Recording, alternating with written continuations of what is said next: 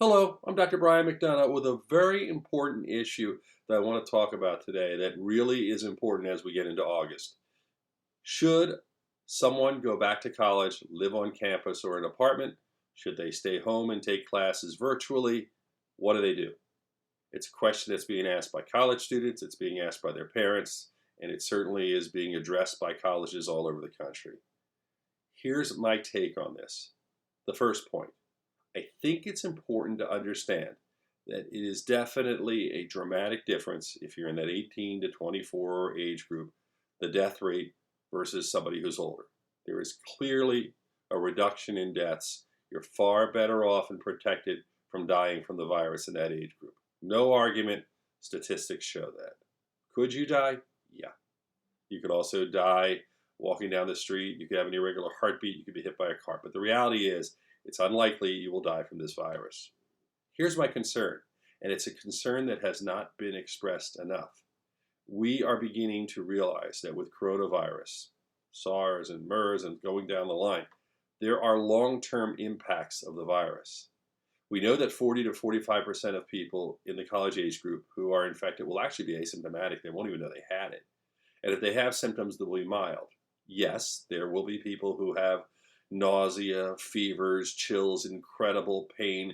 They'll feel weak, they'll be disoriented, they'll have memory lapses, and it could go on for weeks and weeks and weeks. There are those people. We don't know who they are, but we know that. We also know that if you're young and you have a pre-existing condition, you're an asthmatic, you're a diabetic, you had cardiac issues, take yourself out of that.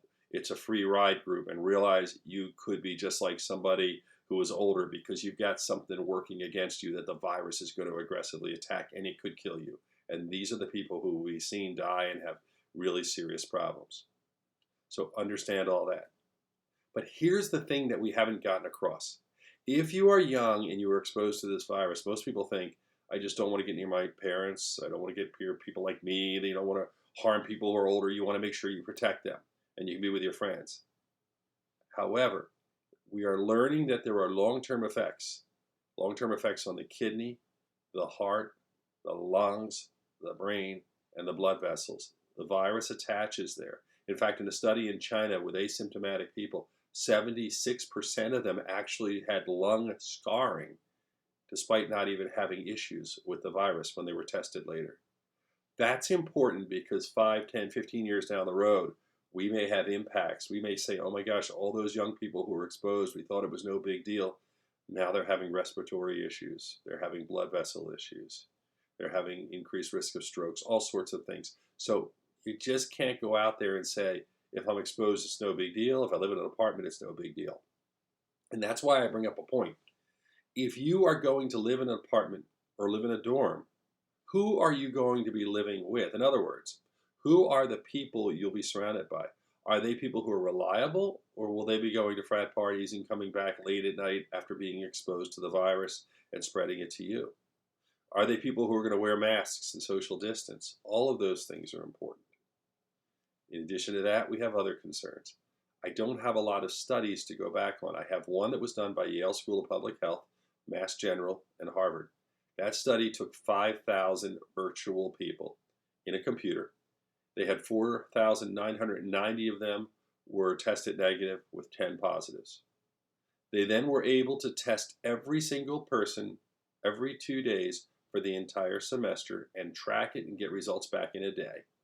And what they found is if they did that and they quarantined people who were positive, starting with the 10 who had it, and they quarantined them for 14 days, they could control the virus and not have a massive outbreak.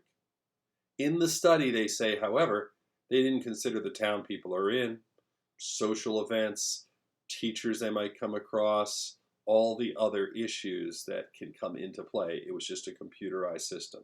And most important, try getting a test and getting the results back in a day here in the United States right now. We should be able to. Good luck. The average is about 5 days. So the study was great, but it wasn't realistic. So what am I telling you? What I'm going to tell you is this. You got to go into this with your eyes open. If you choose to live in an apartment, it's not a free ride. There are risks, and you have to understand that. I also understand that if you stay home, you don't want to live in your basement and you like to be a human being, especially in those years when you're 18, 19, 20. You want to grow and expand. I'm also going to say this.